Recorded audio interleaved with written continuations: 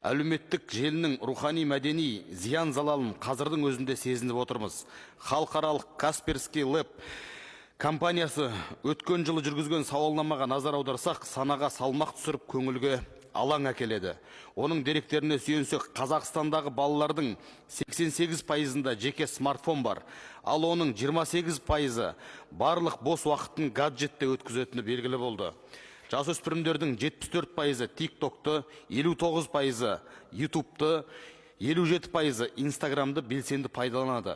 Әрбір 5-ші атана өз баласының әлеуметтік желідегі парақшасында қандай ақпарат жарияланғанын білмейді. Ата-аналардың 62%-ы балалардың экран алдындағы уақытын бақылау үшін ешқандай арнайы бағдарлама мен шектеу қолданбайды. 4 және 6 жас аралығындағы балалардың 17%-ы интернет арқылы сатып алулар жасайды. Бұл ата-аналарға қаржылық шығын келтіріп қана қоймай, бала үшін қауіп төндіретін айтпаса да түсінікті.